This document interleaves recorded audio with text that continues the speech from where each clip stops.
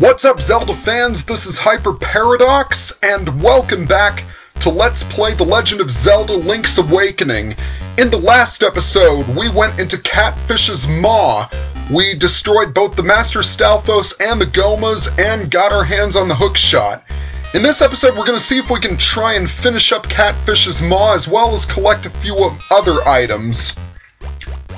So, right now, I'm in this room right over here, in case you don't know where it is on the map.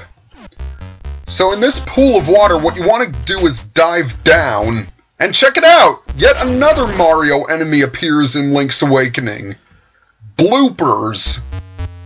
They really function the same as they did in the Mario games, only instead of dodging them, you can use a sword on them. Okay, so now that we're through that passage, we'll want to hookshot the bridge. And in this chest, we will find the Nightmare Key. Now you can open the door to the Nightmare's lair. Very helpful.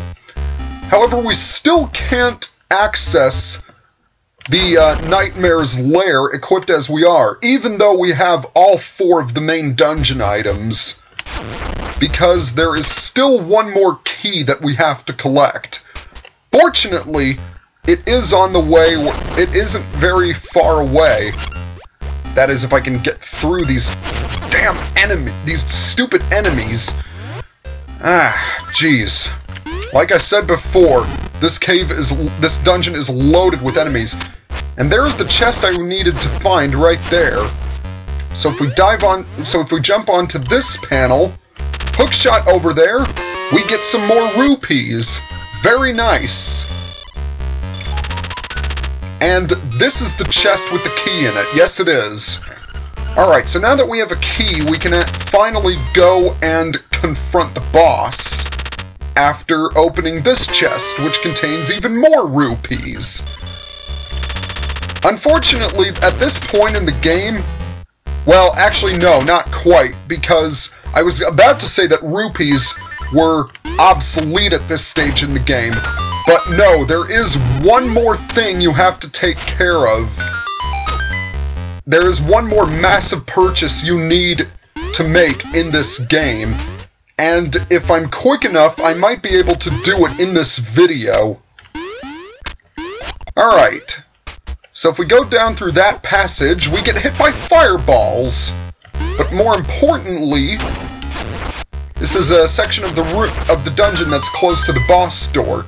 Oh, and this owl statue. Dive under where torchlight beams do cross. That references that room with all of the water that I was in at the beginning of the video. So that basically tells you what you need to do if you're stuck. Alright, so if we move this block, unlock this block, and then hookshot over, we are at the door to the bosses. We are at the boss's door, I should say. So let's unlock it and see what awaits us. So, you are the outsider, come to wake the windfish. Tee-hee-hee, I shall eat you. Well, this room looks innocent enough. Then again, appearances can be deceiving. Say hello to the Slimy, the boss of Catfishes MA. Now, you're going to need to constantly be moving in this fight because its tail is going to be swinging around the room.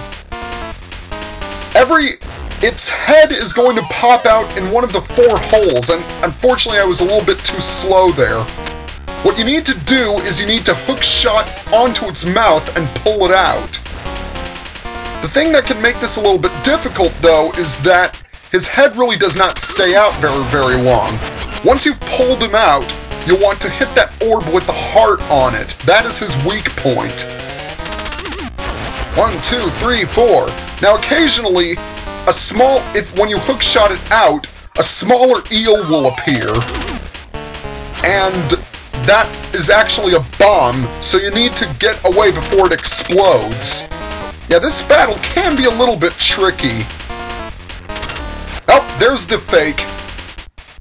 So yeah, it explodes, and after running around for a while. And there we go, we've beaten him. Tisk tisk, you don't seem to know what kind of island this is. Kee hee hee, what a fool, kee hee ha! cryptic.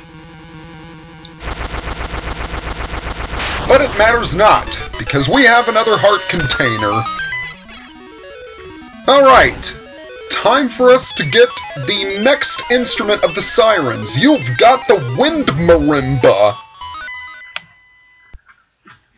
Sounds a lot more like a bell than a marimba does, but what can you do?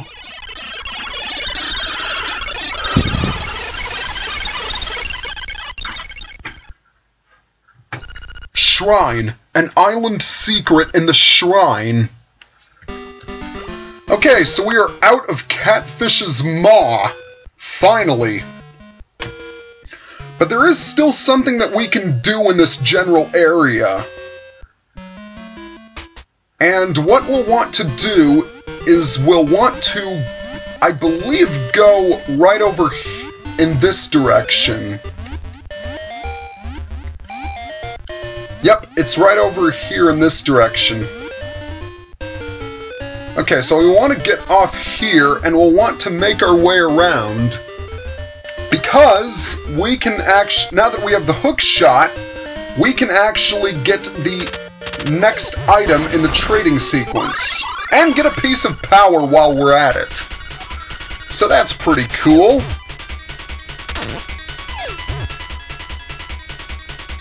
So we want to hookshot over to this rock, and we can, and see this mermaid statue? Let's check it.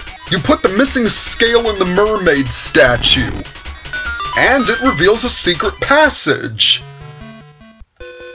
What could be in here? Looks like a mirror, but it is actually not. You've got the magnifying lens. This will reveal many things you couldn't see before. And indeed it does. Those enemies weren't there before. So yeah, the magnifying glass, it essentially means that you can see items that, or enemies that you couldn't see before.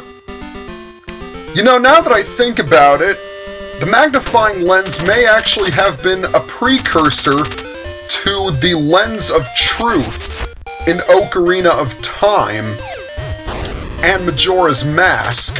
Because when you really think about it, both of them serve similar purposes. They allow you to see things that you couldn't see before. Pretty cool. Alright. So we want to actually travel along this road, because there are a few collectibles that we need to obtain before we get to the 6th dungeon. And by collectibles, I mean the typical process of hunting for secret seashells and pieces of heart. And speaking of which, there is actually a secret seashell right under this bush. Now be sure you attack it from the bottom, because if you don't, it will fall into the water. So just be sure you do that. Alright, now that that's over and done with, we can actually get a secret shell that is hidden right here. We'll want to equip our Pegasus boots for this one. And there is yet another secret seashell. And I believe that is 19 of them. Yes. Now the next place we'll want to go to is we'll want to go to the general area of Angler's Tunnel. Right over here. What is this area called anyway? Tal Heights, of course. The base of Tal Heights is where you want to go. And if we jump in the water here and into this cave, it looks like nothing is there at first. However, if we dive down towards the center, we get our 9th piece of heart. Very, very cool. So yeah, that is really all that we need to get. That is really all the pieces of heart that we can get. Because if memory serves, I think most of the rest of them are somewhere in Tal Heights, an area which we have not ventured into. Well, we've ventured into the foot of them, but not the actual mountain. Alright. So now what we'll want to do is we'll want to go back into the warp portal, and we want to go to Animal Village, because I believe there is a photo opportunity that we can now get, thanks to the magnifying glass. And check it out, the old lady is here too. A broom fetish. Now, ordinarily there wouldn't be anything in this house, but since you have the magnifying glass, you can now see this Zora. Hey, you can see me? You must have a magnifying glass. I'm not a troublemaker. I just want to live in peace.